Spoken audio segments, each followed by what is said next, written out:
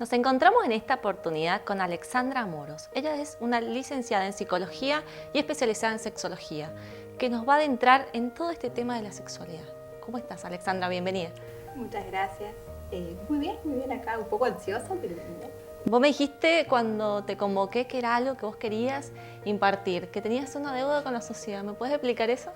Bueno, qué fuerte. Sí, en realidad yo creo que la educación de la sexualidad y sobre todo la educación del placer es una deuda con la sociedad en general. Vos imagínate que la sexología, si bien es una ciencia bastante reciente, ¿no? Porque tendrá unos 150 años más o menos frente a otras ciencias, pero del placer ha tenido que hacerse una declaración del placer desde la Organización Internacional de Sexualidad, la OAS, recién en 2019, como para que quede claro que el placer también es parte de la sexualidad, ¿no? Y de la educación sexual y de la salud por sobre todo, ¿no? Totalmente, y que además está en otros tratados internacionales también. ¿Me podrías decir de qué hablamos cuando hablamos de sexualidad? Bueno, mira, la sexualidad es algo que se nombra mucho, pero que es muy difícil de definir, ¿no? Porque es una construcción, por un lado social y por otro lado también personal e individual, que empieza en el momento del nacimiento de la persona y que va a acabar con su muerte, ¿no? El erotismo, que es algo totalmente humano, ¿sí? Porque nos diferencia el ser seres eróticos de ser animales. Y aparte que tenemos órganos que son específicamente para dar placer. Totalmente, totalmente. Si bien hay algún registro de placer en otras especies de mamíferos, pero bueno, realmente lo que sí sabemos es que las personas tenemos sexo por placer y no por reproducción, como quizás es el modelo más extendido, ¿no? Al hablar de sexualidad y sobre todo de educación sexual. Entonces hay que empezar a visibilizar que el placer es lo que nos hace ser humanos, ser humanas, y también que justamente este placer es parte de la salud, porque una vida sin placer es una vida que no nos lleva a lugares muy felices y que no nos solamente vamos a hablar del placer sexual, podemos hablar del placer de disfrutar una reunión con amistades. Sabes que justamente eso le consultamos a nuestros seguidores sobre la salud sexual y hubieron muchísimas respuestas. Respuestas que hablan particularmente del tema del uso de protección, de cuidar al otro, de la salud vista desde la profilaxis, digamos. Y también visto desde del plano más amoroso, más cariñoso, el hecho de respetar a la persona que está al lado tuyo, la fidelidad y demás. ¿Cuál es la respuesta que te encontrás más común, digamos, cuando vos decís educación sexual? Mira, yo creo que depende mucho de la edad en la que estemos hablando, ¿no? Porque cuando pensamos en la educación sexual de las niñas, pensamos en una educación sexual que está programada y bajada a la comprensión de estas personitas, no a impartirles técnicas eróticas, cual Kama Sutra o cualquier otro tipo de manual erótico, ¿no? Que un poco es el imaginario, ¿viste? Que la gente cree que decir educación sexual es hablar sexo. Claro, de poner una porno y explicar con una porno de fondo de qué se trata la cosa. Y en realidad, algo como por ejemplo el consentimiento, en que te toquen tu cuerpo, tiene que ver con la educación sexual integral, se trabaja muchísimo en la primera infancia y que debería ser algo totalmente naturalizado. No sé, vas al pediatra y le dicen a tu hijo o a tu hija, mira, permiso, te voy a revisar, esto es un estetoscopio, ¿me das permiso para que te toque? Esto que, a ver, cuando nosotras íbamos al pediatra, creo que éramos una especie de muñeca. Claro, como manejaban, exacto, ¿no? Bueno, marionetas. Claro, esto también es educación sexual integral. Y la educación sexual está en todos lados. Está en los medios de comunicación, está también en las instituciones escolares, pero también está en ese discurso que se sostiene a nivel familiar en un montón de detalles. Si te dejo que cerres la puerta de tu habitación y tengas intimidad o no. Claro. Si de repente nos estamos viendo una peli en familia y hay una escena, no sé, un poco erótica o un beso y yo la cambio rápido porque me pongo nerviosa. Claro, porque es tabú el tema, entonces lo saco. Exacto. ¿Sabes qué? Justamente yo hice también esa consulta a nuestros seguidores y les pregunté puntualmente si ellos habían tenido educación sexual. Mi pregunta es un poco engañosa porque todos asumimos que hemos tenido educación sexual. Y yo después, adentrándome un poquito más en el tema, te das cuenta que la educación es educación biológica. Exacto. Te enseñan cómo funcionan los ovarios, los testículos, bla, bla, bla, bla, la concepción, etc. Pero no es pura y exclusivamente sexualidad. Exacto, porque la idea de sexualidad es una idea totalmente amplia, incluye los valores personales, la moral personal, incluye las preferencias, ¿no? Porque no a todos nos va a gustar las mismas cosas, Entonces eso también es importante que se empiece a poner, ¿no?, en discusión, que todas las personas somos distintas y que todos vamos a vivir y todas vamos a vivir nuestra sexualidad de formas distintas. Exactamente. Entonces eso también es muy importante, si no después hay mucha gente que la pasa realmente muy mal porque su sexualidad no es la hegemónica, no es la supuestamente estándar, ¿no? Exacto.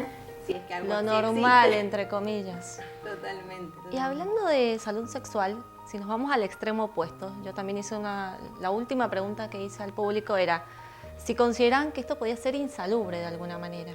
O sea, ¿puede la sexualidad ser insalubre? Bueno, estoy buscando las respuestas. Bueno, mira, en realidad es un concepto muy debatible, ¿no? Porque lo que nos plantea hoy por hoy las organizaciones internacionales que estudian la sexualidad es que la sexualidad, para ser sana, tiene que ser principalmente consentida, ¿no? Entre dos personas que puedan dar su consentimiento, porque más allá de que obviamente es un adulto o una adulta con una niña, obviamente que ahí no estamos en un terreno de saludable, o con un geronte también puede pasar, pero ¿qué pasa con, por ejemplo, las relaciones donde hay mucha violencia, donde hay muchísima manipulación?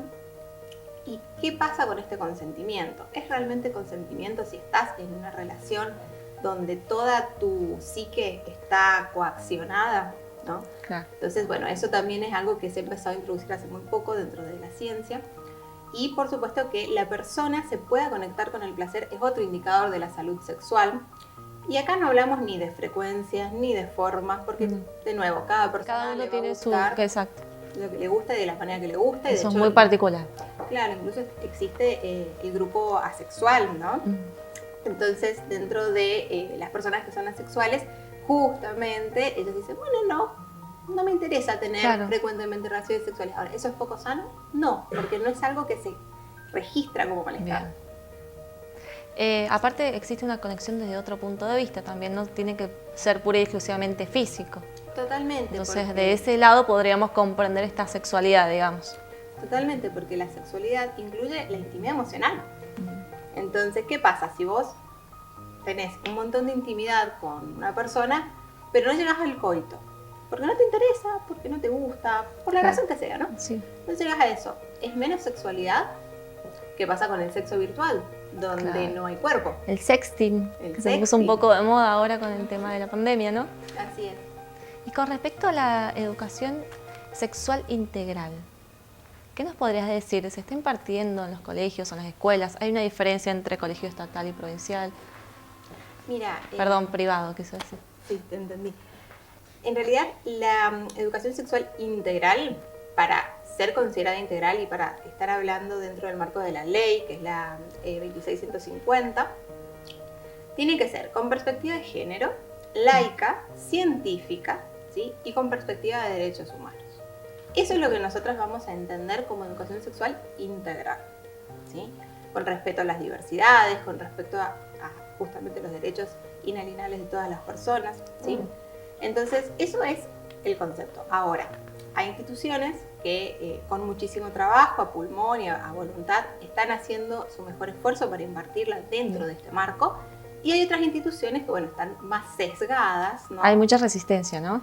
Sí, porque, bueno, siempre hay sectores que malinterpretan por ahí la información o que, bueno, también se resisten desde que a lo mejor creen que eso sería dañino de que se sepa, ¿no?